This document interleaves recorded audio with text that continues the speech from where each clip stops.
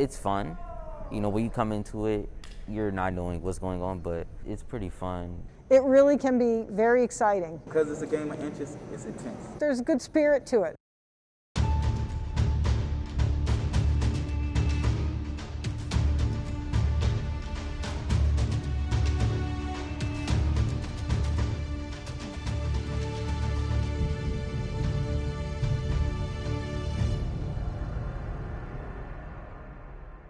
Bocce is what we call one of our corollary sports. The intention of these corollary sports is to be inclusive.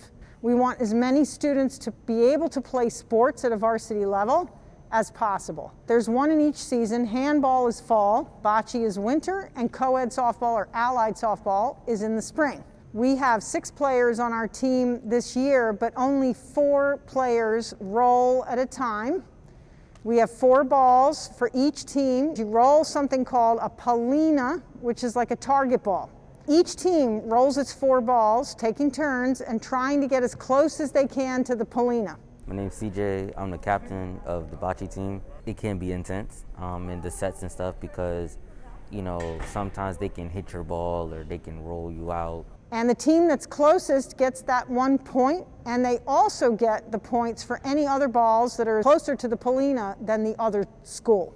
So the maximum you can win in a frame is 4. You don't get any points if the other team is closer. After a 30-minute game, whichever team has the most points wins that game. It can be stressful because you want to win, but the other team sometimes might do your move before you do.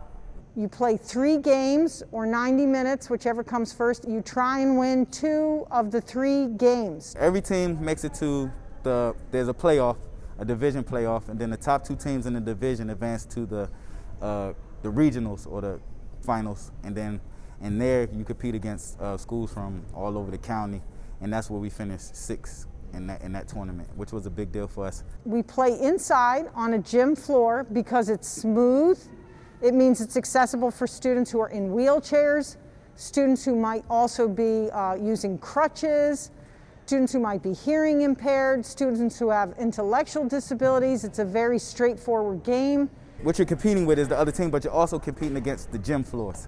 Every gym floor has different lumps, different curves, different levels, so they roll different. My role as captain it's like, I guess you could say like in football, how they do a coin toss. So I do a coin toss. I'm the first to throw the palina, which is the little blue ball I'm sure you guys saw earlier, and, you know, make sure that we stay focused and that we do the best that we can. Some of our athletes, they have never even played sports on a professional level or organized level to even get that competitive nature. And so once they get that feeling in them, a lot of them go on to play other sports for the school, maybe handball. I have some kids that went to play trial for football now because they got that teamwork and they know what it is to be a part of a team. My friend was the coach of the bocce team. His best player was a student who was in a wheelchair, who had very little use of her arms even, but she could get a bocce ball down the special ramp that we have, and because he knew the physics of that ramp, she was always his final roll. She was always their star player. As far as the communication between coaches, players, we are always cordial to each other, encouraging each other. If another player does a good shot, we all clap. We all uplift each other, you know. If we do a bad roll, we all say, you know, better next time. But, you know, at the end of the day, we still tell each other, you know, we did the best we could, and we're a team, we're a unit, we're a family.